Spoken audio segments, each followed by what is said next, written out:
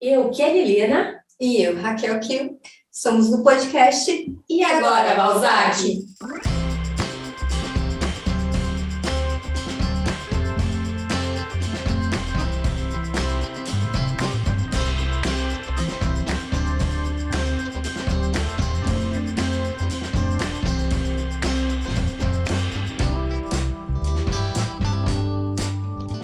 E hoje nós temos um convidado muito especial.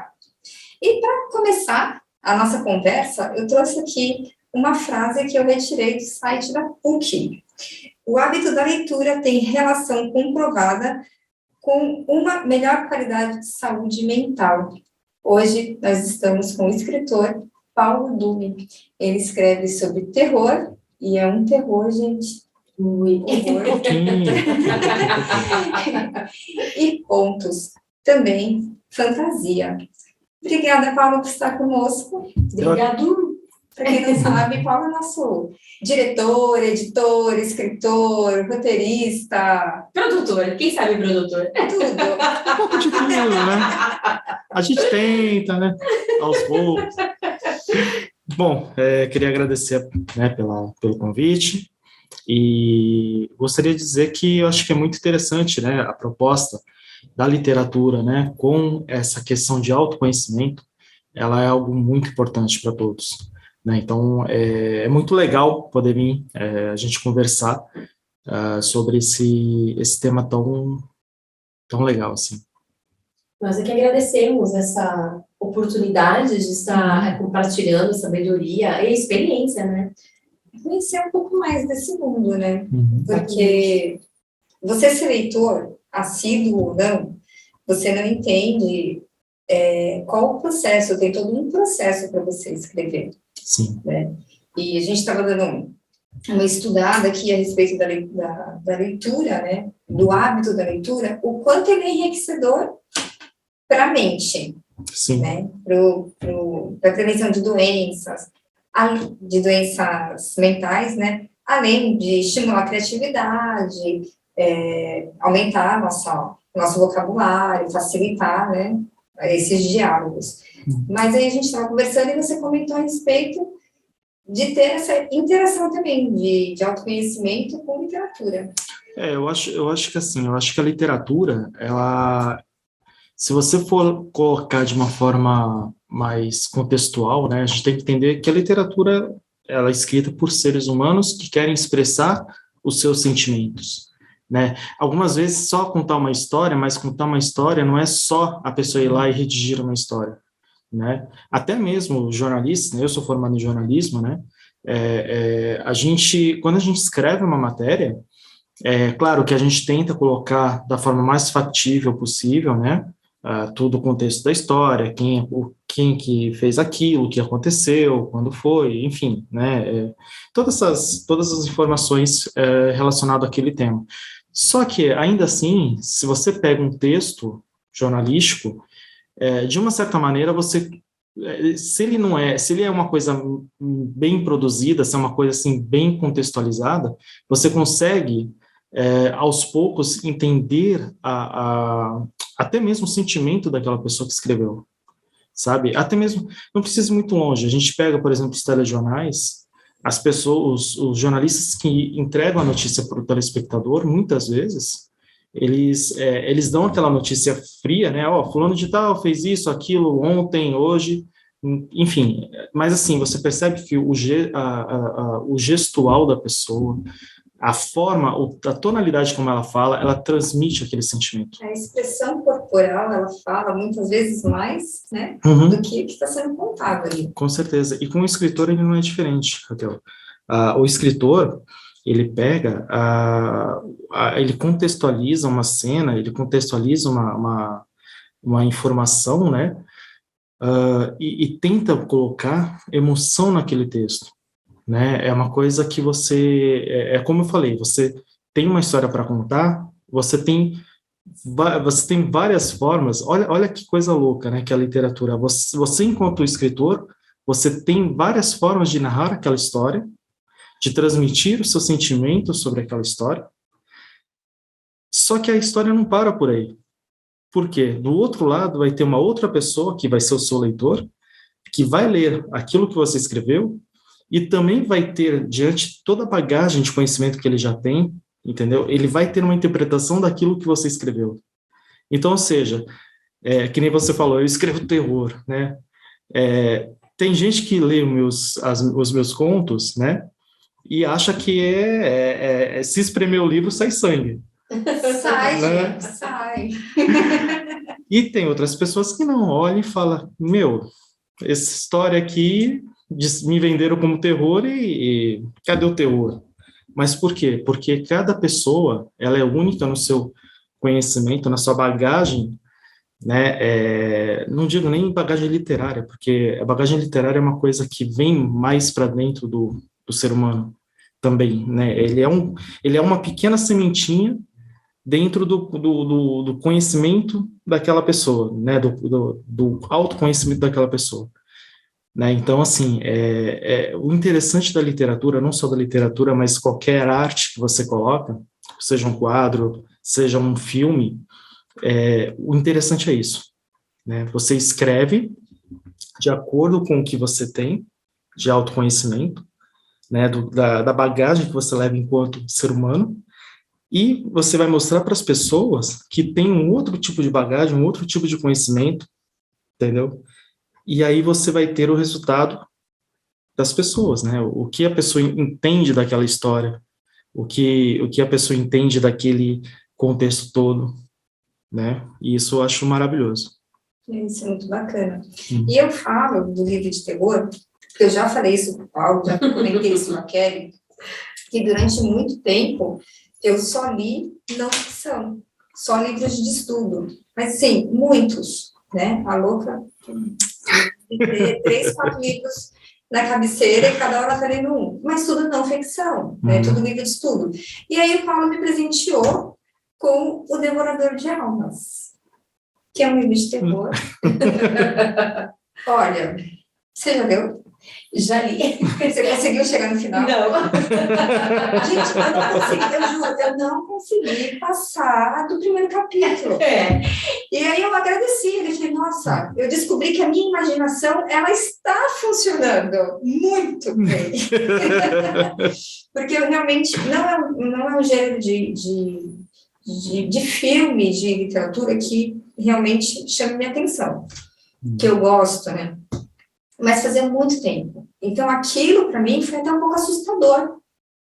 Eu não sei se foi mais assustador o livro, ou se foi assustador para mim, porque realmente aquilo, para mim, foi muito chocante, assim.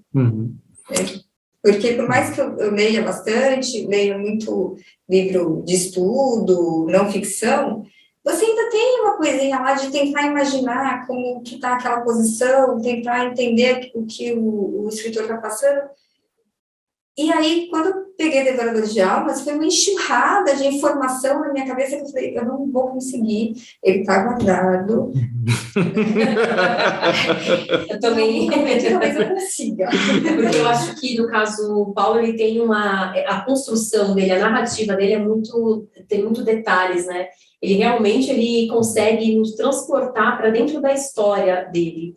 E aí, sendo uma história de terror, ela fica um pouquinho assustadora, né? Mas ela trabalha muito a parte da nossa imaginação, né? E mesmo a parte dos contos também, que não chega, alguns contos não chegam a ser tão assustadores assim, mas a narrativa dele, o detalhe dele te transporta, que você imagina... se o conto é o quarto de hotel, você imagina todo o quarto de hotel com os detalhes, a personagem, a característica da personagem. Então, realmente te transporta. E aí, parabéns pela sua qualidade. A sua narrativa é muito boa. E de terror, além de Devoradores de Almas, você tem o King Edgar Paris, é isso? Isso, de contos de terror. O Devorador de Almas foi o meu primeiro livro romântico, não romântico, mas o romance, né? A gente fala nada romântico, Gente, olha, a gente pede para ele escrever romance, porque seria maravilhoso, com a qualidade que ele tem de descrever os mínimos detalhes, nossa, seria... O romance ia ser na base do serial killer. Mas o Devorador de Almas, se a gente for levar em consideração, tem um romance. Ele tem um romance. Ele tem um romance, só que não... Eu não cheguei nessa parte. Não, mas tem um romance. Não, sabe uma coisa que é legal? Que quando eu escrevi o Devorador de Almas, ele foi super bacana no sentido de, assim, a minha proposta foi escrever um livro de terror, né? Só que com contextos de romance, mas não aquele romance estereotipado, sabe? De cinema. Né? Aquele romance romântico, meloso, né? Açúcar. Não, aquela coisa mais de underground, sabe? O protagonista, de repente, olhar e falar assim, eu não gosto, não sou um cara apaixonado, não gosto, muito longe disso, entendeu? Mas, por outro lado, ele tem um apreço, né, por uma pessoa, enfim. Mas o que eu quero dizer é que, assim, o Devorador de Almas, ele veio para mim depois que eu escrevi. Eu já tinha escrito 2 contos antes do Devorador de Almas, né? Que foi qual? Foi o Anno Domini, né, com manuscritos medievais, né? Foi um conto medieval que eu escrevi, né? Tinha uma pinceladinha, assim, de morte... Não. Cabeça do ano, só. Não. Você imagina um conto descrito na época da Idade Média. Engraçado que não. Nada de violência. Engraçado que não. Mas tem um aspecto bem filosófico no conto que, enfim, como fala muito sobre essa coisa do espiritual, né? Enfim, que também você assolava essa parte na época medieval, né? Depois dele veio o Tratado Secreto da Magia, que aí eu já comecei a me aventurar mais na parte mágica, né, na coisa do conto fantástico, né? Não que o Manuscritos Medievais, ele já me proporcionou isso, né? E aí o Tratado Secreto da Magia, isso em 2010, ele veio como um aprimoramento para os meus contos fantásticos, né? Da literatura fantástica, né? Aí, como eu falei, né, em 2014 me preparei, né, para desenvolver o Devorador de Almas, e aí depois do Devorador de Almas eu voltei para essa questão dos contos fantásticos, né, aí veio uma saga que eu estou ainda em desenvolvimento, né, que é as Lendas do Atlântico Sul, né, onde eu pego alguns contextos históricos aqui de Santos, São Vicente, né. Aí eu já começo a trabalhar um pouquinho mais a parte histórica, misturando... Aqui no litoral mesmo de São Paulo, para quem não conhece, São Vicente, litoral de São Paulo. Isso. E aí eu pego esses fatos históricos e junto com a parte ficcional, né? Então eu trabalho um pouco com esses dois. E aí, com esse conto, o primeiro conto, né, das Lendas do Atlântico Sul, veio a indicação para o Prêmio Strix, né, que é o prêmio de literatura que fui finalista, inclusive, né, e aí depois disso a gente, né, ainda fiz outro conto, né, das lendas, aliás, fiz mais 2 contos das Lendas do Atlântico Sul, inclusive tive o prazer de participar de uma antologia que foi organizado pela Margarete Buscaroso e pelo André Bianco, né, que quem não conhece, o André Bianco é um dos maiores best-sellers de literatura de contos fantásticos voltados para o terror aqui do Brasil, né, e curiosamente é um livro de romance, né, antologia romântica, né, e atualmente eu estou com o livro Elementais, né, que foi lançado esse ano, também com a saga da Lenda do Atlântico Sul. Para quem não conhece e não curte muito leitura, esses contos fantásticos que você fala, ele seria que tipo de filme?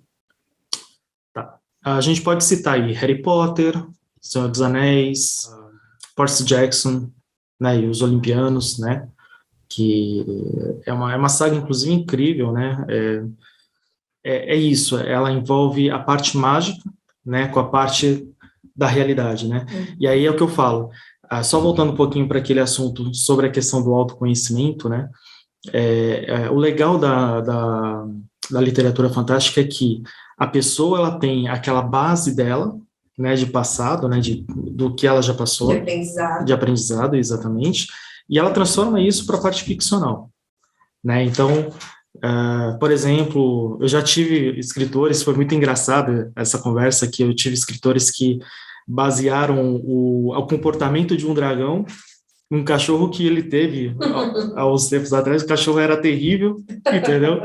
E o dragão era terrível, entendeu? Então, você tem muito essa questão do comportamento, né, da bagagem, novamente, a bagagem do conhecimento humano dentro das histórias, né? A gente precisa entender também o seguinte, né? Os livros, né, as histórias, elas são o quê? São contextos baseados em conflitos humanos. Conflitos reais, né? Exatamente. Você pode pegar pode me falar um filme da Disney.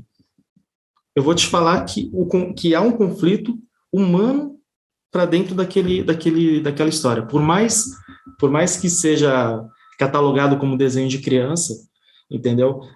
Posso citar a Turma da Mônica também. Turma da Mônica, você pega o gibi, há um conflito, né? E quando eu digo conflito, não é um conflito de um personagem com o outro, mas o conflito do sentimento, né? O que falta alguma coisa para aquele protagonista, para aquele personagem se sentir realizado, né? E todas as histórias são assim. Todas. Você acha, e aí que enquanto estava te ouvindo, né? Que eu sei que a maior parte dos escritores, roteiristas, usa a jornada do herói. Uhum. Né? Sim. Para fazer todo o emaranhamento da trama, que aí eu não tenho ideia de como funciona, mas eu sei que se usa essa jornada do herói, que são 10 passos, 12 passos, alguma coisa assim. Sim. Toda a jornada do herói é humana? De uma certa maneira, não. Com certeza, sim. E é aí que a gente consegue encaixar o autoconhecimento dentro da história, dos personagens. Uhum. Só para poder ilustrar um pouco isso que você está falando. O primeiro passo e o último passo da jornada do herói, sabe qual é? Desculpa, pode falar. Não, eu estou pensando. Eu já li sobre a jornada do herói algumas vezes, né? Que ele tem aquela... Quando começa, ele tem ascendência, ele tem o encontro dele com a dificuldade, com o conflito, e aí ele tem uma escalada aí de altos e baixos, aí ele se acha, ele se perde, ele se acha, ele se perde. Se eu estiver errada, você me corrige. É isso mesmo. E no final, ele consegue concluir a jornada inicial dele. Isso. O que é basicamente isso que você falou, tá? Claro, a gente é bom estudar. Ele entra numa jornada de autoconhecimento. E talvez chegue um momento da vida dele que ele, é isso aí que eu sou, é isso aí. Ele briga com aquilo, e aí ele, acho que ele se encontra. Ele fala, então tá bom, agora tá ok. Sabe o que foi legal você ter tocado justamente na jornada, né? Porque ele realmente fala sobre a questão humana. E a gente está falando de um processo, de uma técnica, né, na literatura, que se você for ver, ela é feita desde a Grécia Antiga. Você pega as peças de teatro grega. O que eram as peças de teatro grega, né? Só para a gente poder contextualizar aqui. Nada mais é do que histórias em que o governo, né, no caso lá a democracia grega, né, botava dentro dos teatros gregos para a população, para você criar uma educação, né? Na verdade era uma influência, né, na massa, para que a massa possa ter ali o discernimento do que era moral e o que não era moral, né? O que era moral e o que era imoral. Então, por exemplo, um dos clássicos do teatro grego, que é o Édipo Rei, né? Ele conta a história. Qual é o conflito da história? O incesto, né? Por que o incesto? Nossa, meu Deus, né? Hoje a gente pensaria, meu Deus, esse tipo de história eu não vou assistir, né? Mas por que foi colocado dessa forma lá na Grécia Antiga? Porque naquela época era comum, exatamente. Então, as histórias, elas vêm justamente com esse intuito, né? Você tem esse conflito, não com esse intuito de influenciar as pessoas, mas criar consciência para as pessoas. Um divisor ali, né? Isso, exatamente. Você cria consciência, né, de uma determinada situação, né? Cenas que envolvem estupro, cenas que envolvem assassinatos em massa, genocídios, né? Quando você escreve isso, não é fácil para o escritor, por dois motivos. Muitas vezes o escritor nunca passou por aquilo, tá?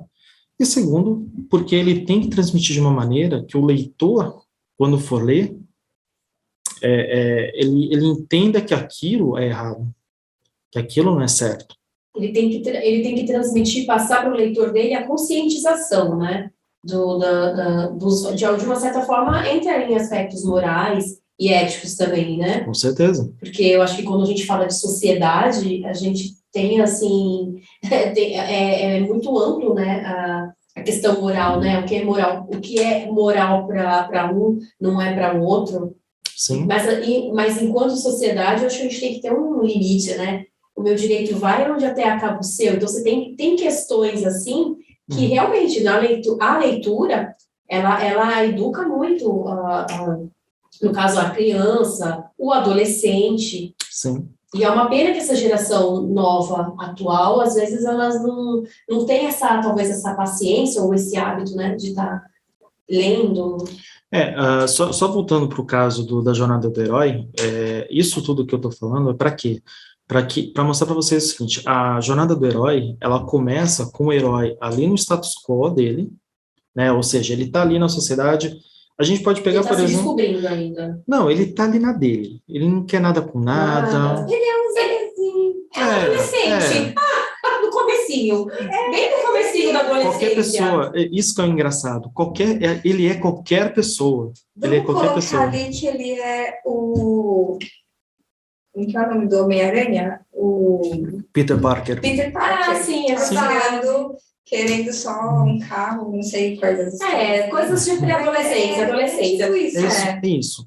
Ele tá ali no mundinho dele, tá ali na bolinha dele, tá se sentindo confortável, tá tudo bem, tá tudo maravilhoso, tal. Aí, de repente, vem alguma coisa que, pá, vem. Ele precisa fazer alguma coisa, tá? Obviamente, vai haver um primeiro momento que ele recusa. Olha que louco. Ele vai recusar aquilo. Isso eu tô falando, se vocês pegam todos os filmes de Hollywood, tá? Que foi quando eles definiram os passos da jornada do herói. Eu não lembro qual é o nome do diretor. Quem quiser estudar, a jornada do herói, quem fala muito sobre a jornada do herói, inclusive, se eu não estou enganado, acho que foi a pessoa que escreveu sobre a jornada do herói, foi o Joseph Campbell. Acho que é isso. Tá, o Joseph Campbell, ele pegou todas as histórias desde Grécia Antiga, Fez um super estudo para definir os passos da jornada. Isso, ele encontrou todos esses detalhes em todas as histórias, né? Então, assim, ele definiu que todas as histórias que são contadas, ela precisa ter esses passos, né? Bom, aí tem tudo. Eu vou resumir aqui porque é muito conteúdo, tá? Mas a princípio o cara tá ali no mundinho dele, tá fechadinho, tá encolhidinho, tá vivendo aquele dia a dia dele, né? Eu costumo muito brincar e falar sobre o Up, né? O filme Up, Altas Aventuras. Que o velhinho começa ali no status quo dele, todos os dias ele tá ali no jeitinho dele, na casinha dele e tal, aí de repente vem e querem derrubar a casa dele. Aí ele, não quero, tal. E aí acontece uma coisa que obriga ele a mudar o jeito de vida dele, né? E aí o que acontece? Ele pega os balões, ele enche os balões e a casa dele começa a voar.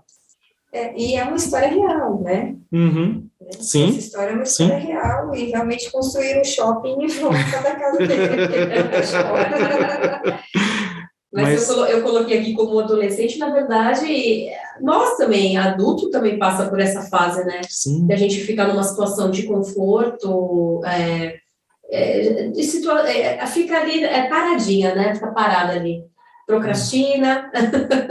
Exatamente. Até que acontece alguma coisa. Até que acontece alguma coisa A vida é isso. e você é obrigado a tomar uma decisão, a tomar uma atitude, se mexer, né? Sim, a vida é isso. Né? Você tá ali quietinho e tal, de repente acontece alguma coisa que quebra a tua paz de espírito. Aí tu fala. Ou vai ou vai. Né? Fudeu. Exatamente. Fudeu, vai ou vai. Aí ainda, e mais engraçado ainda, é que ainda no primeiro momento você fala, não, isso não tá acontecendo comigo. Isso não, eu vou deixar, deixa pra lá, vou seguir minha vida, tá? E vou deixar, até que tem um momento que esse problema começa a acumular, até que chega um momento e fala, não, agora eu tenho que resolver. Né? Quantas vezes a gente já não passou por isso? É verdade. Né? Todas as fases da vida. E eu aqui, né, com a minha cabecinha de terapeuta, já pensando, vamos fazer a jornada da vida. Para ver, agora eu comecei lá lerda e eu tive que resolver os problemas. É verdade. Entendeu? Então, assim, você tem na jornada do herói, sim, várias etapas da vida. Né? Aí você tem, né, os desafios, né? Quando o herói ele chega e fala, não, agora eu vou, né? Eu vou e vamos que vamos. Ele vai encontrar no meio do caminho desafios, vai encontrar inimigos, vai encontrar provações que nem ele esperava. Tem alguns que ele esperava e ele percebe que aquele que ele esperava é tão pequeno perto dos outros que ele não esperava, entendeu? E aí que tá, isso vai fazendo o seu personagem crescer, seu personagem criar consciência, né, do que ele está enfrentando, né? Outro exemplo aqui que eu posso dizer, o Frodo do Senhor dos Anéis, ele é exatamente isso que eu estou falando, né? Ele tem lá o anel, tal, ele descobre que ele precisa levar para tal lugar, e aí quando chega em tal lugar, a primeira aprovação dele é justamente pegar o anel e falar, não, eu vou carregar para a Montanha da Perdição, vou jogar lá, entendeu? Então isso é um desafio que ele não esperava. Então, eu estava falando justamente isso para ele, que o primeiro super-homem da minha geração era aquele super-homem perfeito. Ele tinha atitudes totalmente éticas, né? E sem emoção, né? A emoção do próximo acima de tudo. Uhum. E aí a gente vem agora, mas eu gostava daquele super-homem.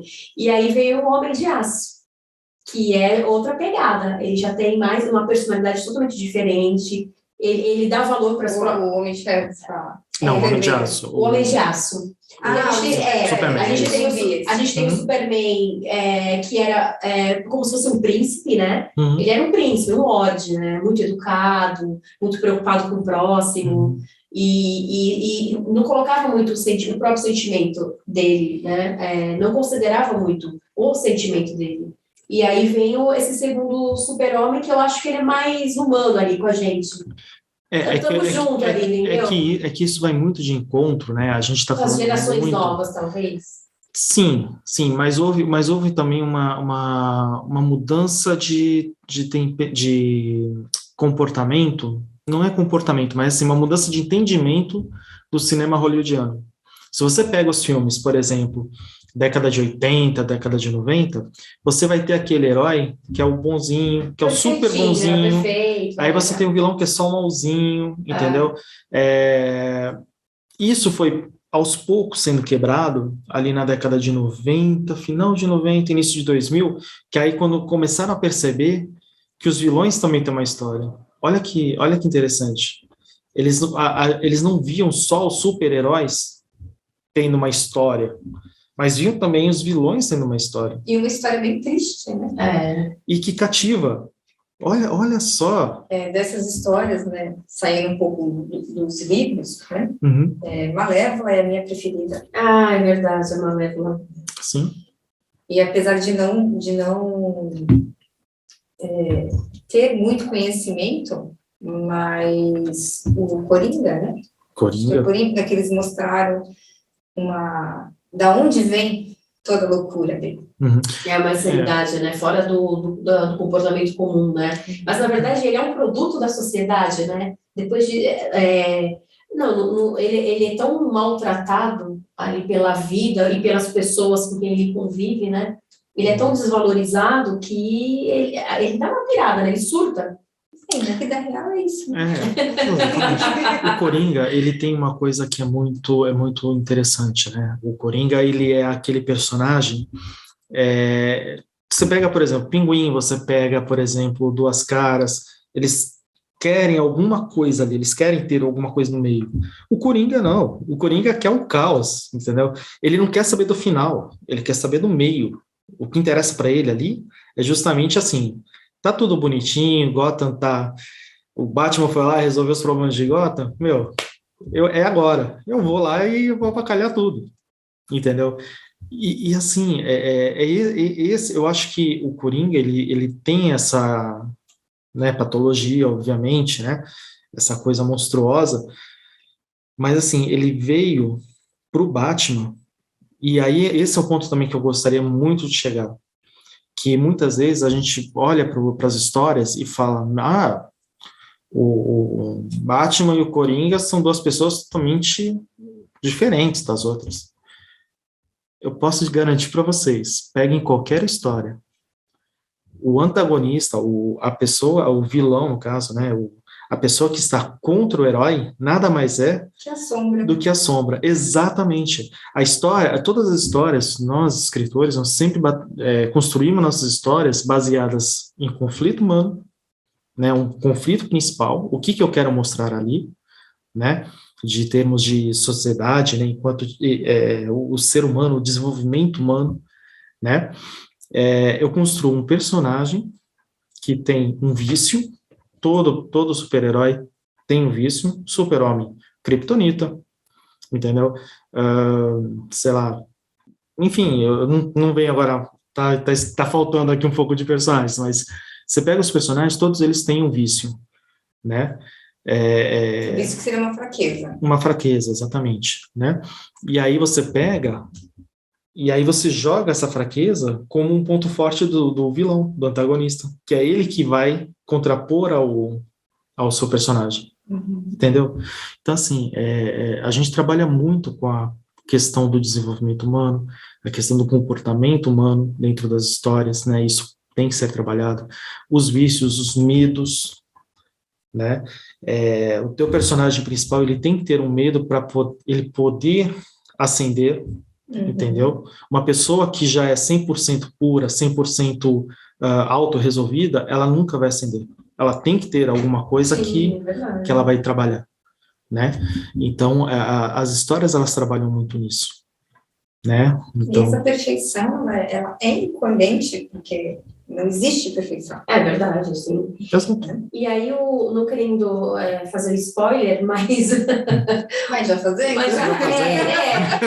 Não faremos, mas comentando um pouquinho sobre o seu personagem do Devorador de Almas, qual foi a sua inspiração, assim? Como é que você estruturou esse personagem? Porque é interessante o comportamento dele, os valores dele. Eu acho que eu peguei muito as características do Wolverine, sabe?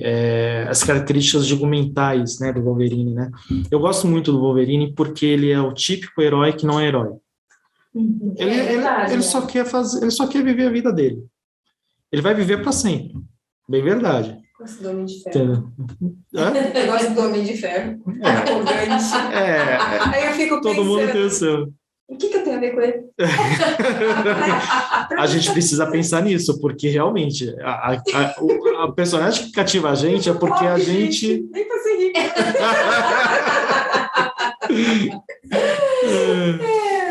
Mas eu penso muito nisso, né? Um personagem que eu gosto muito. E eu falo, nossa, o que eu tenho ali, né? Qual é o meu espelho ali na frente daquele personagem, seja ele um herói, um vilão?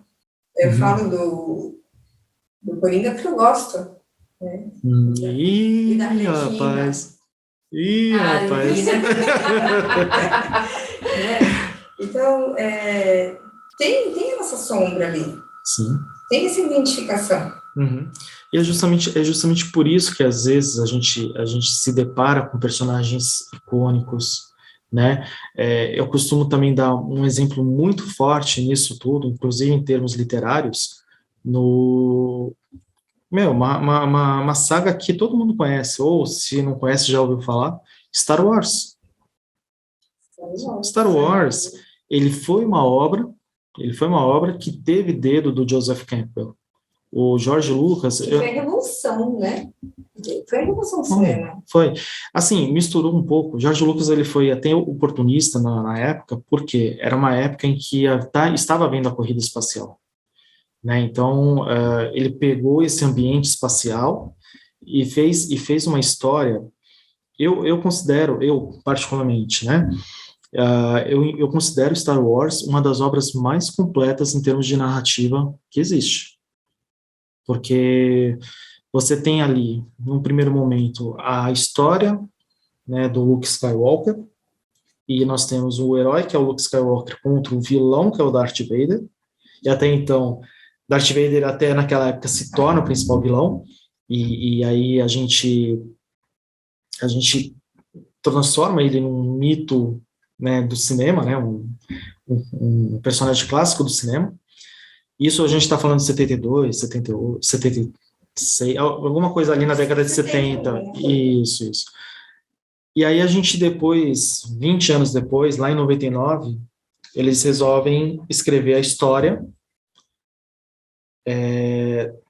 de Star Wars, contando o antes daqueles 3 que foram produzidos na década de 70, né?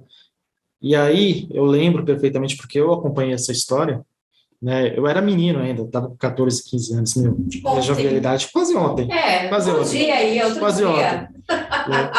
Ele acha que a gente convidou ele por quê? Sou jovem. E aí o que acontece? Eu me lembro dessa época que, assim, não foi falado nada sobre essa série de histórias, né? Foi contada que seria contada uma história anterior à original, tudo mais. E aí você vai assistindo, e eu vou ter que dar um spoiler agora aqui, tá? Se você ainda não viu e quer ver sem o spoiler, dá uma pausa, vai tomar uma água, bota no mudo aí, depois você volta, que aí a gente continua com a história, tá? Mas depois a gente descobre que o menininho do primeiro filme, né, da década de 99, de 90, 2000, ele vai se transformar no Darth Vader.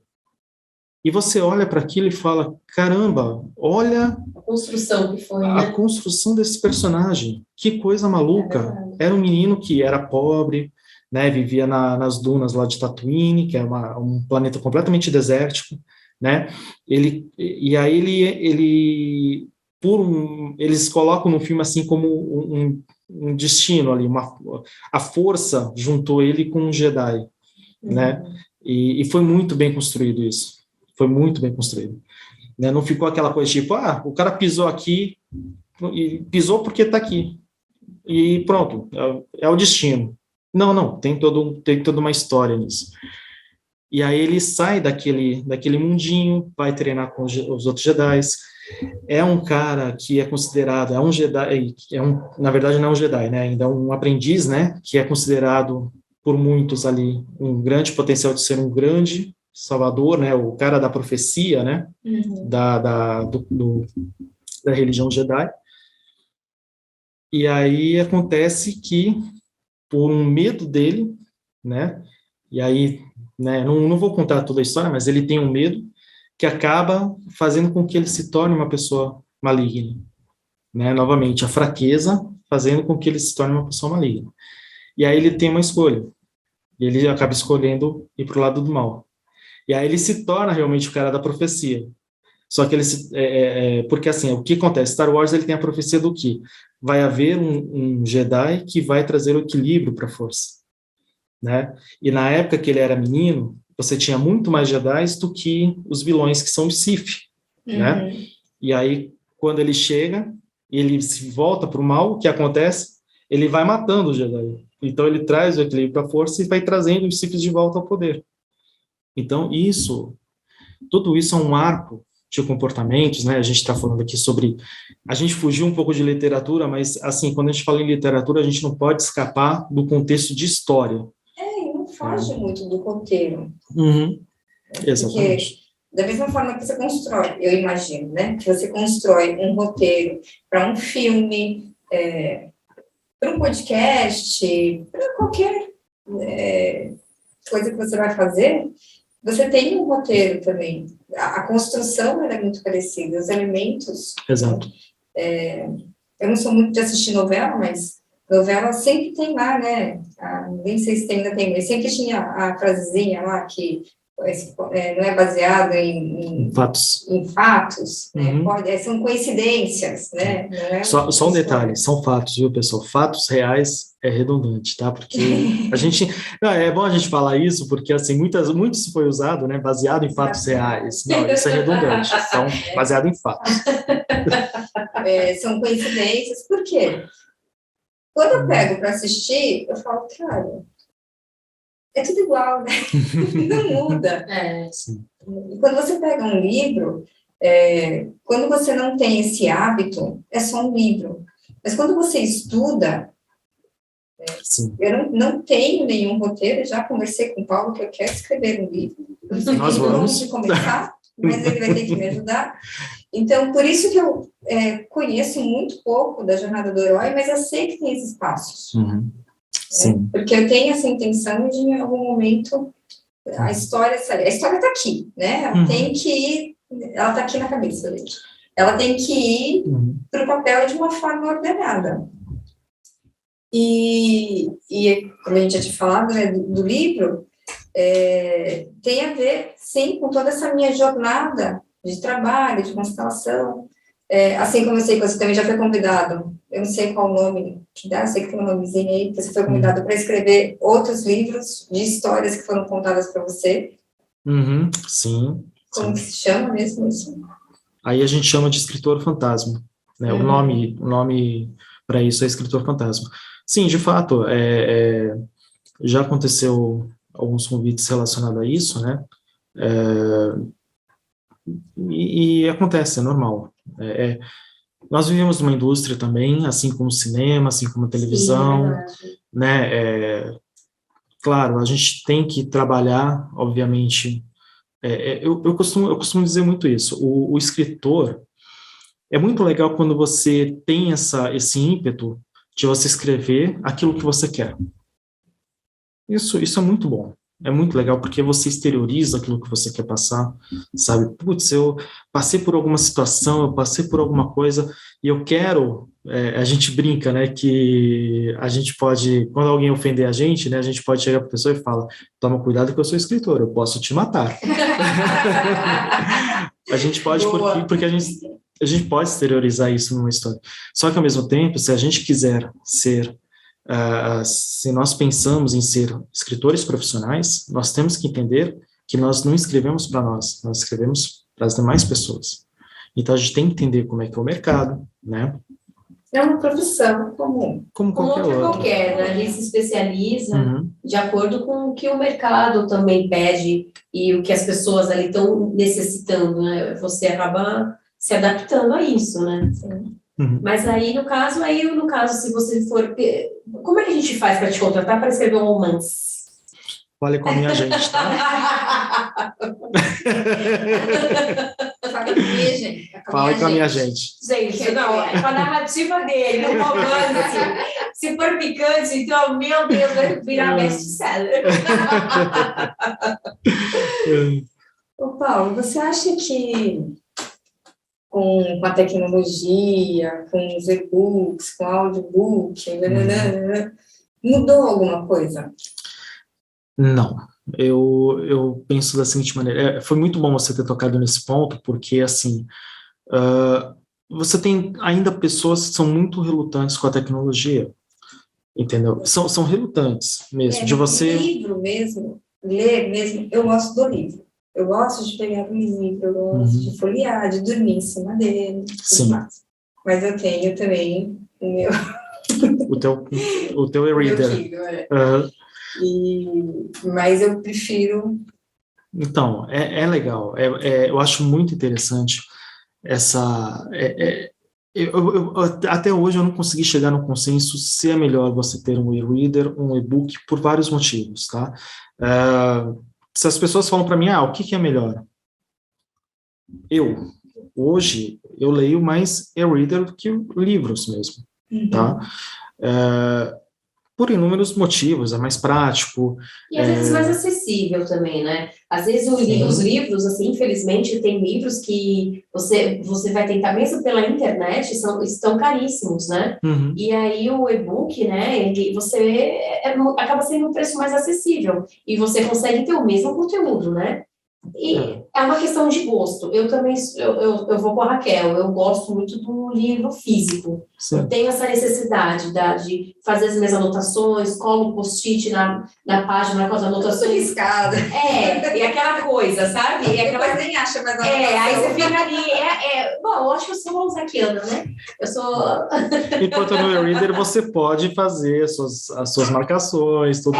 Também. Mas o barulhinho da folha virando. Exato.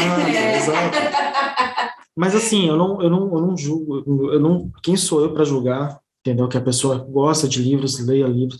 O importante é ler, gente. Eu acho que o mais importante disso tudo, seja livro físico, eu costumo brincar muito, né?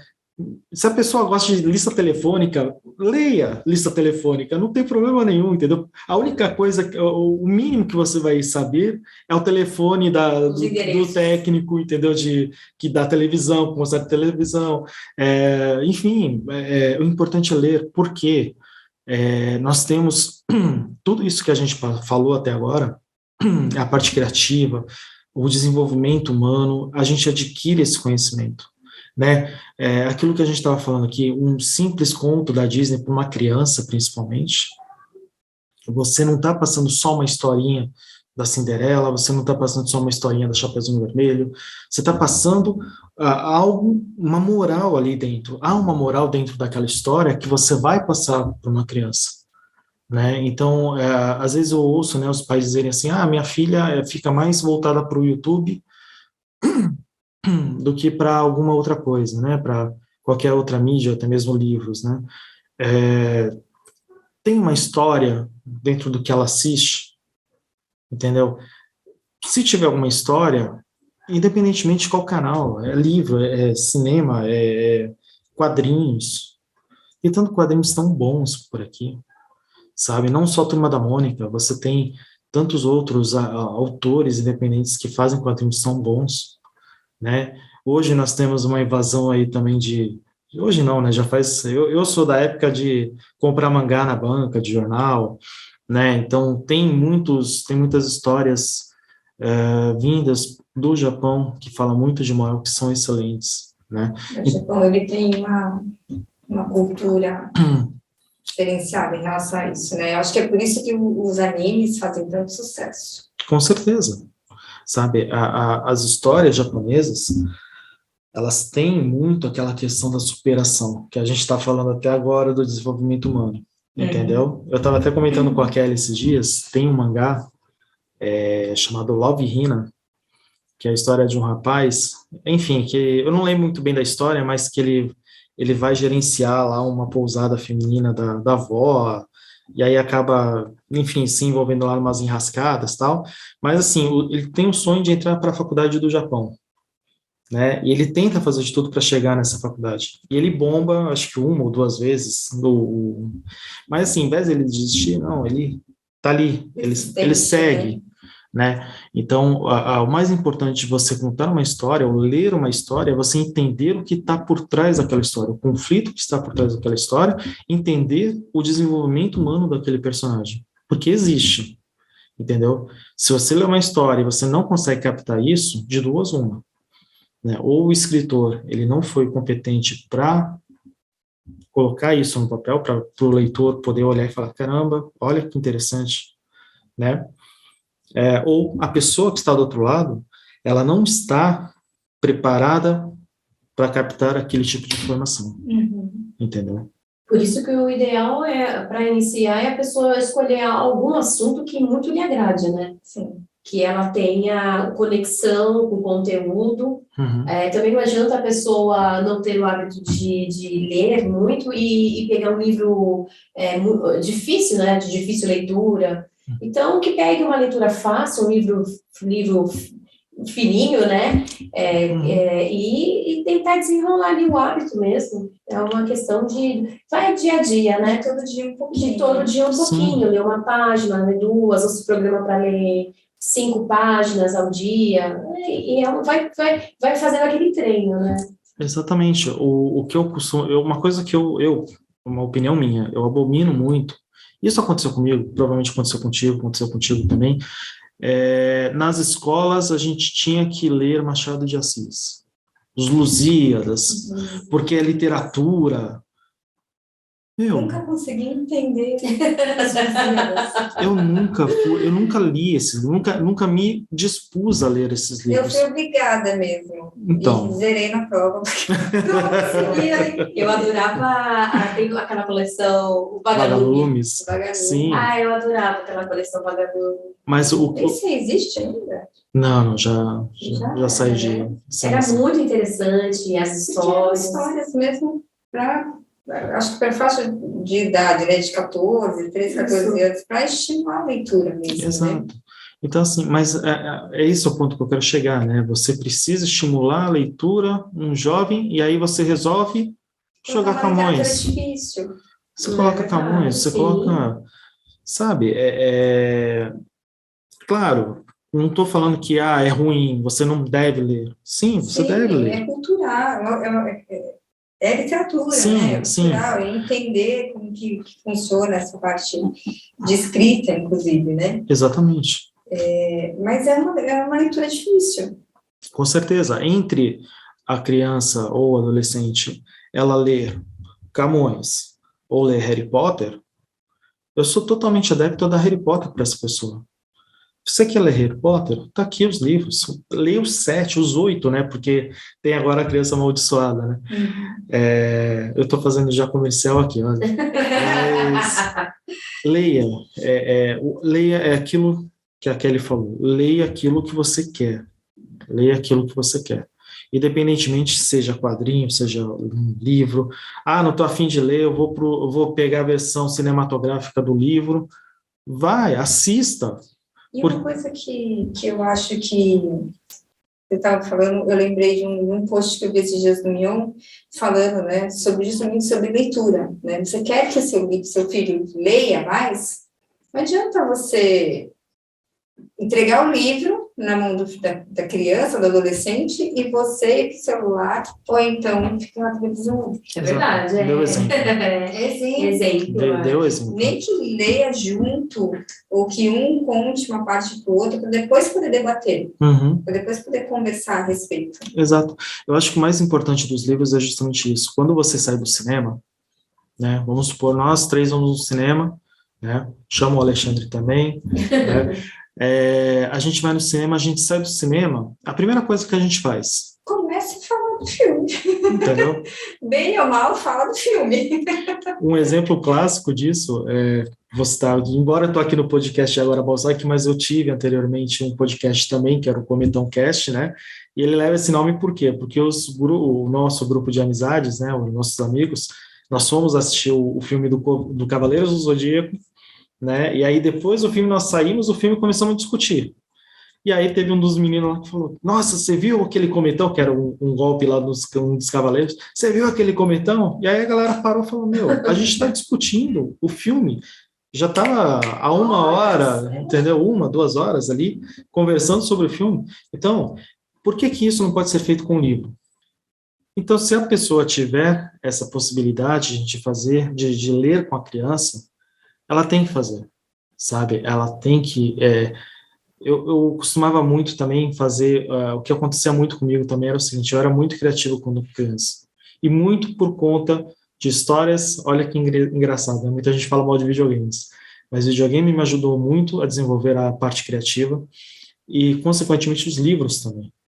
Né? Tanto que a gente, quando eu brincava na rua, né, tinha os comandos em ação, aquela época, né, quando a gente era um pouco mais jovem, assim, né? Comandos em ação. Comandos em ação, gente. Comandos em ação. Para os novinhos que não sabem do que está acontecendo aqui, então, assim, comandos em ação eram os bonequinhos que eram feitos lá na década de 80, que a molecada simplesmente adorava, né? E sabe o que acontecia? A gente pegava esses comandos em ação, a gente não sabia a história deles. Eram bonequinhos vestidos de militares. Só isso. O que a gente fazia? A gente criava a história deles, né? Então, eu nunca vou me esquecer um bonequinho que tinha uma farda de neve, né? E a gente falava que ele estava perdido. Tinha um prédio que eu morava do lado, né? Eu tinha um amigo e a gente brincava dentro do quintal, né? Tinha um jardinzinho que a gente sempre brincava ali. E aí a gente falava que ele estava perdido, aí encontrava com outro batalhão, aí falava, tá, aí tinha a guerrinha lá entre eles e tal. Até que olha que história engraçada, até que teve uma vez que eu enterrei esse boneco. Me pergunta se eu achei esse boneco. Nunca mais. Sumiu, simplesmente sumiu. Fugiu de você. Criou vida. Essa história criou vida. Então, é isso, gente. Se vocês querem mesmo, né, que seus filhos tenham atividades criativas, né, não estou falando que YouTube não é para ver YouTube, não é... Quem sou eu para falar alguma coisa para quem está criando uma criança? É uma coisa assim que eu não posso dizer, não pode. Mas procurem sempre olharem as histórias por esse ângulo que a gente está falando aqui. A história tem moral, a história vai ter personagens com vícios. Quais as metáforas que tem aquela história? Perfeito, é isso mesmo. Né? Porque às vezes as metáforas elas estão aí para ajudar a gente no nosso dia a dia, né? A gente trabalha, até quem não percebe, mas o dia inteiro a gente está falando em metáforas. Com certeza. Eu acho que o brasileiro tem essa coisa de usar muitos ditados. Eu sou a véia do ditado. Eu cresci ouvindo muitos. Então, para várias ocasiões, tem um ditado diferente. Então, eu acho que eu aprendi muito através dessas metáforas. Sim. E no dia a dia, tudo que a gente vai falando, que a gente vai explicando, a gente fala muito metáfora. Eu costumo dizer que tudo, né, assim que a gente se comunica, né, a escrita, a parte visual, a nossa fala, a nossa comunicação, expressão corporal, tudo isso a gente está exteriorizando uma energia humana, né, um sentimento, né, que nem você falou do medo, né. Por que eu escrevo terror? Por que eu escrevi terror? Porque eu enxergo o medo como um sentimento como o amor, como o ódio, como angústia, como a felicidade, né? Também, né, é uma geração de um sentimento, né? Então, assim, a gente precisa enxergar isso, sabe? Claro, e aí a gente tem que dosar sempre essas coisas para que, por exemplo, o medo não se torne algo mais sério, né? Algo, por exemplo, né, eu já criei uma personagem que tinha medo do mar, né? De repente, uma pessoa que tenha medo do mar se eu escrevo algo mais com mais intensidade, eu posso potencializar aquele medo do mar daquela pessoa. Inclusive, a gente estava conversando sobre isso antes da gente começar a gravação, né? Da Alice, né? Um Rios, não sei, da mãe dela, comentando justamente sobre isso, né? Que ela falou, não, eu acho que você tem que ler, sim, para a criança, você tem que incentivar, mas você tem que observar o que você está lendo. Porque você pode desencadear um medo de algo que a criança não tem. Exato. Ainda ela fala assim, o livro ele tem a boa intenção de fazer com que aquela criança perca aquele medo. Só que, naquele momento, ela acabou embutindo um medo na filha dela que a filha não tinha. Exato. O escritor, ele corre muito... É uma corda bamba ali para o escritor, né? Porque, assim, a gente sabe que quanto mais intensidade de emoção a gente transfere para o texto, mais a gente consegue cativar o leitor, um leitor preparado. Sim, entendeu? E aí é quando eu falo que o livro de terror dele é muito terror, eu não consigo. Não, é dosado. Não, mas é para o meu estilo de leitura, né? Para mim não rolou, entendeu? Tá lá guardado, uma hora eu vou conseguir. Mas é que nem filmes de terror, eu não... Sim, eu acho desnecessário eu passar o nervoso que eu passo. Entendi. Então vamos ver uma comédia Água com Açúcar. Pronto. mas isso é uma questão da tua preferência, né? Eu tenho certeza que se você for assistir um filme de terror, entendeu? Você não vai sair, por exemplo, aí toda em crise porque você assistiu um filme com aquele conteúdo. O que eu estou dizendo é que, assim, tem pessoas que são mais sensíveis a alguns tipos de conteúdos que nós, enquanto escritores, roteiristas de filmes, enfim, a gente tem que ter uma percepção mais cuidadosa para a gente não transformar a nossa arte numa coisa tão perturbadora. Tão negativa, né? Exatamente. Né, que a gente consegue mudar, é incrível como tem filmes que mudam a vida das pessoas. Tem vários. Entendeu? Você tem histórias, ou livros até, vamos voltar um pouco para a literatura, a gente está falando muito de filmes, mas em termos literários também, a quantidade de livros, quantas pessoas a gente já conversou, falou sobre Paulo Coelho. Tem um livro que eu li, razoável, assim, não é muito grosso, e que ele transformou a minha percepção de relacionamentos de uma forma, assim, me deu um duplo tapado, que é o Greta. Sim. É um livro psicografado, e eu acho que eu li esse livro em 2 dias. Eu acho que eu nunca li tão rápido um livro que nem esse, do tanto que ele me prendeu e do tanto que ele me ensinou. Uhum. Realmente, assim, ele mudou minha percepção daquela linha tênue, né, entre a loucura, o amor, a paixão e tudo mais. E é um livro que eu sempre indico para meus clientes, para meus pacientes também, sempre indico. Porque é um livro que ele traz muito ensinamento. Sim. Né, a gente tem muitos livros que traz para a gente enriquecimento, né? Eu me lembro do primeiro livro assim que eu peguei assim a sério assim, no sentido de, tipo, quando eu olhei para aquele livro foi o momento que eu pensei assim, eu quero ser um escritor, né? Eu quero escrever histórias, que foi a Agatha Christie, né? É suspense, né? É um suspense policial, ela envolve você de uma maneira que eu olhei a narrativa dela e falei, caramba, isso é legal, né? Você escrever esse tipo de... E ela traz um sentimentalismo por trás das histórias ali. É difícil de explicar, sabe? Foi um livro que me chamou muita atenção, né? Então transformou minha vida. Só que, assim, eu nunca assim, quero ser escritor. Tá, e aí, como é que faz para ser um escritor? Então, vamos lá. Qual a dica que você dá para mim, que quero ser escritora? Não, gente, isso seria muita pretensão. Mas que tem vontade de escrever um livro. Eu vou ser rápido. A árvore eu já plantei, agora falta escrever o livro. E eu vou ser rápido nessa para te responder. Para cá. Qualquer uma. Escreva. Só isso. Escreva. Muita gente fala para mim, poxa, eu tô com uma história muito boa na cabeça. Uma história assim, olha, que vai vir um negócio no espaço que vai mudar a revolução das pessoas e aí vai acontecer isso. Chega uma pessoa e fala, beleza, cadê a história? Tá aqui ainda. Não... escreveu? Não. Então, como é que você vai querer que as outras pessoas leiam?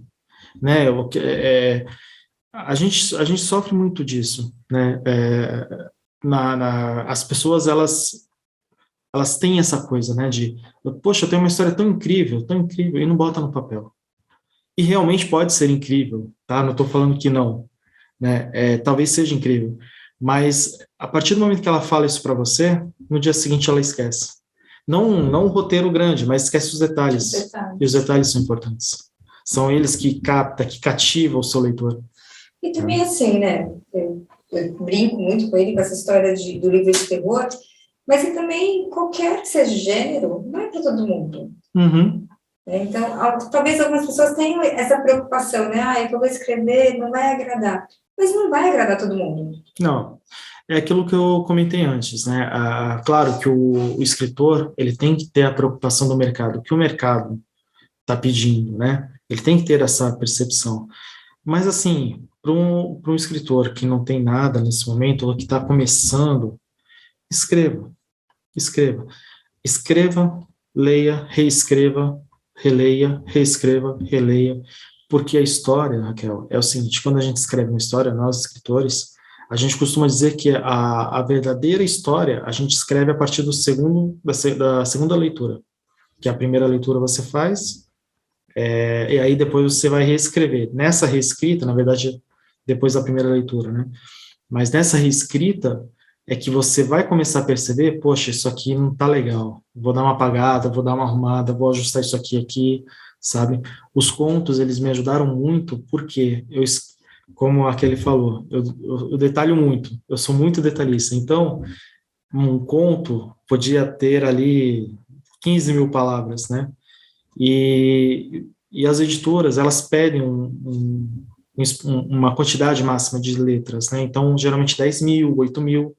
Então, os contos me fizeram justamente trabalhar muito essa questão da reescrita, né? E você percebe, quando você olha para o teu texto e fala, poxa, não dá mais para enxugar isso aqui. Se eu enxugar isso aqui, meu avô... Vai perder todo sentido. Não, sempre há um jeito. Sempre há um jeito. Há um jeito. Há técnicas de escrita, mas dizer que a escrita é 2 mais 2 e vai ser igual a 4, isso não existe.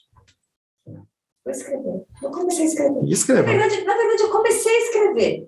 Mas aí a pessoa, ela faz tudo junto, misturado, né?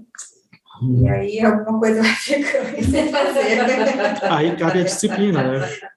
Então, né? Aí você Então, precisa... novidades, né? Novos livros virão. Mas vai sair.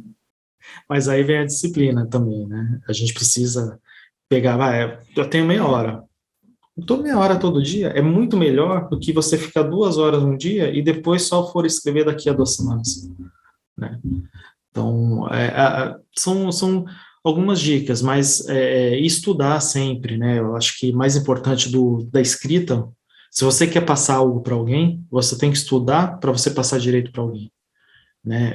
Eu acho que isso é muito importante. Eu estou aprendendo muito isso com as lendas do Atlântico Sul, que eu tenho que buscar os fatos históricos de Santos, exatamente, e eu preciso passar essas informações certas para que não caia, né, como uma enganação, né? Como é que eu vou dizer para o meu leitor que eu estou me baseando numa história, sendo que aquela história não é a certa? Uhum. Né? Então, estudar sempre, não é só porque eu tenho uma ideia que eu vou escrever, não, legal, eu posso escrever, mas se eu for botar algum conteúdo histórico, e isso enriquece demais a escrita, né? Você tem que estudar, e não só fatos históricos, mas técnicas. A Jornada do Herói, do Joseph Campbell, ele tem outros livros extremamente interessantes aqui que eu posso citar, né, que é a questão do mito, né, a construção do mito. Ele tem um livro, esqueci agora exatamente o nome do livro, mas eu vou depois passar para vocês, né, deve estar passando por aqui, mas assim, estudar, gente, não tem o que falar, sabe? Estudar ortografia, estudar contextualização, tem uma matéria hoje que é muito difundida, que é a escrita criativa, sabe? É muito interessante também, né? Estudar esses conceitos, né? Enfim, é isso, é estudar e escrever. Ler. Porque eu acho que antigamente também a gente tinha um momento da leitura, né? Nas escolas tinha, dentro de casa, tinha um hábito maior de ter aquele momento da leitura, onde a família parava, cada um, a criança com o livro didático dela, o pai com o livro da preferência, ou a mãe, tinha esse momento leitura, né? E a vida tá tão dinâmica, agitada, que a pessoa, às vezes, eu vejo por mim, às vezes eu tô com um livro para ler, mas tem tanta coisa passando na minha cabeça que eu não consigo sentar e me concentrar na leitura. E é horrível isso, né? A gente entra num mecanismo acorda, levanta, faz as atividades, trabalha, volta para casa, e aí a mente fica tão acelerada que naquele momento relax, que você quer ler aquele livro, que você está esperando um tempão, aí chega o Mercado Livre e entrega no dia certinho, você fala, ai, eu vou ler o livro, chegou, eu vou ler agora eu vou ler esse livro. Tá lá na estante. E aí você não consegue, a mente agitada, o cotidiano agitado. Eu acho que talvez a qualidade de vida nossa, do mundo em geral, a gente tem que olhar um pouco mais para isso. Da gente poder incentivar as crianças a ter... Eu na minha infância, além de eu ler, eu assistia, eu escutava, ouvia no vinil os contos das princesas, no vinil, era contado aquilo. O pai ou a mãe, né, colocava o vinil ali, ligava, e nós ficávamos em volta ali escutando as histórias, e pai e mãe ia fazer, muitas mães... Era o YouTube da época. A mãe ia lavar a louça, ia fazer almoço, ia conversar com uma amiga, coisas assim, e a criança era tudo lá ouvindo, só que era diferente, né, o contexto todo, né? O YouTube eu acho muito interessante, mas, por exemplo, dependendo da faixa de idade da criança, tem que ser monitorada, né? É o que você falou, as metáforas. E tem faixas que às vezes talvez seja cedo demais para estar ali no YouTube. Tem muita coisa boa para a criançada estar acompanhando, né? Sim, sim. Tem muitos adultos que ainda buscam livros para dar de presente para as crianças, sim. Entendeu? É muito mais fácil, por exemplo, dar um livro para a filha da minha prima que tem 2 anos, entendeu? Do que eu dar um livro para vocês. Assim, mais fácil não no sentido que eu não vou comprar para vocês, não é isso. Mas, assim, é mais fácil... É verdade. É mais fácil eu saber que gênero que ela gosta do que eu saber de você. Eu sei que agora você não gosta de terror, né? Eu tô tentando. Eu acho que... eu juro que eu tenho. Porque eu não desprezei o seu livro. É que muito realmente, para mim... A minha imaginação, ela funciona. Ela é fértil. Isso Mas aí. vamos lá. A Kelly falou um negócio que me inspirou aqui. Momento Balzac. Me fala um livro, o primeiro livro, ou o livro que você mais gostou de ler lá ontem. Criança, foi na coleção Vagalume, O Escaravelho do Diabo. Esse está aparecendo aqui, né? Esse que está aparecendo aqui, né? Era um livro de investigação onde todas as pessoas que recebiam o escaravelho, ele vinha tipo como se fosse uma joiazinha e a pessoa morria. Mas tinha todo um contexto, gente. Então, a narrativa era um pouco minimalista, que fala, não tinha tanto detalhes quanto a sua. Então, a gente não se assustava, a gente instigava a investigação, a gente se sentia um detetive ali, querendo saber quem foi, como foi. E você, Paulo? Eu lia muito quando criança, né? A gente sempre tinha muitos livros, né, na escola, né? Mas, assim, o que mais me vem agora aqui à cabeça, o que mais me marcou, assim, naquela época, foi no colegial, quando a gente teve que estudar A Noite na Taverna, do Aloysio de Azevedo, né? Só que eu não lembro, basicamente, da história, mas o que me marcou? Que a gente tinha que fazer um teatro para a classe. E eu lembro que a gente fez a gente fez ali uma história, uma encenação tão engraçada, né, que a galera começava a dar risada da gente e tudo mais. Enfim, e esse livro acabou me marcando, né? Realmente eu não lembro da história, mas esse livro me traz a lembrança de algo que foi engraçado, que me traz uma certa nostalgia, né, lá de dentro, né? É uma coisa sentimental que me traz, né? É engraçado, um escritor fala sobre isso. Você não conhece a história? Eu não lembro, na verdade, né? Exatamente. Que registrou foi o momento, né? Não foi a história. Exatamente. E você, Raquel? E você, Raquel? E você? Tirando o Caminho Suave, eu sofri um pouco com ele. Eu lembro muito da minha mãe lendo para mim. Antigamente, acho que no outro episódio comentou da Barça, né? A Barça. Nossa, isso é balzaquiano, né? Isso. Barça. Não, quase nada. Era o nosso Google. Eu lembro que a minha mãe comprou a Barça e junto eles ganharam acho que eram 5, 6 livros de histórias de contos infantis. Eu lembro muito da minha mãe contando essas histórias para mim, mas eu não lembro exatamente das histórias. Entendi. Mas acho que tinha lá Chapeuzinho Vermelho, Patinho Feio, essas coisas.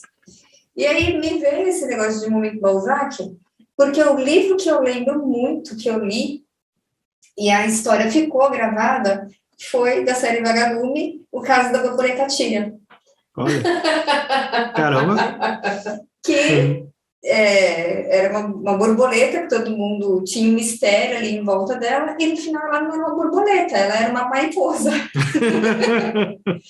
Então ficou muito gravado. Eu li Escravidão do Diabo, tinha um outro do hotel. Era uma série assim, muito de investigar, né? Ela instigava muito a nossa mente, né? Sim. A Ilha Perdida. Nossa, Ilha Perdida. Era muito interessante, era muito. Então, eu lembro muito dessa série de livros, né, que foi onde eu comecei a realmente ter vontade de ler. Nunca fui muito dos gibis e tal, mas essas histórias... Mas aí você percebe, né, só um paralelo aí pelo que você está falando, você percebe que você começou a se interessar a ler por algo que você gostou. Que eu gostei, entendeu? É isso que a gente precisa tomar cuidado. A gente precisa passar para as nossas crianças aquilo que ela quer ler. Ela quer ler Harry Potter? Deixa ela ler Harry Potter. Ela quer ler Senhor dos Anéis? Deixa ela ler Senhor dos Anéis. O importante é a gente estigar a leitura. E eu acho que oferecer vários gêneros diferentes. Até para descobrir o que gosta de ler. Sim, é verdade. Porque, enquanto muito pequenininho, você vai selecionar a leitura, né, como a gente estava falando antes. Hoje, na criança, você tem aqueles livros maravilhosos, né, que você abre assim, monta um castelo. Adoro. Eu dei um livro desse para minha filhada, e quando eu vi aquele livro, ela queria para ela. Eu fiquei encantada. Nossa, que coisa linda! E aí, conforme você vai abrindo o livro, aí vem a princesa, aí vem o castelo, o cenário se abre. Então, eu achei tão... É uma história dentro de uma história. Exatamente. Assim, trabalho lúdico da criança, né? Se trabalhou o meu, imagine da criança, né? Exatamente. Eu acho que o mais importante é isso, trabalhar o lado lúdico, de não só da criança, mas de qualquer pessoa. Né? Não importa se tem 2 linhas, né, de história, não importa. O importante é você dar algo para a criança criar algo na sua imaginação. Só assim ela vai ser um adulto criativo. Você pode perceber que as pessoas que são mais criativas hoje, né? Você pega Steve Jobs, você pega os maiores gênios aí do mundo, né? Eles são criativos, muitos deles são criativos porque liam muito. A criança que lê, que tem uma bagagem de leitura hoje, ela vai se tornar um adulto que vai ter uma gama de alternativas na cabeça dela para confrontar as coisas mais duras da vida. E eu acho muito bacana a geração de hoje, elas são muito questionadoras, né? A gente estava conversando sobre isso, né? A nossa geração era uma geração que a gente tinha que aceitar, né? Os nossos porquês eram meio que abafados, né? Era o famoso porquê sim e o porquê não. Hoje em dia, a criança, ela questiona o adulto de uma forma que, hoje em dia, o adulto, eu não sei se começou sendo obrigado, mas hoje em dia já esclarece por natureza, por ver necessário, explicar o porquê.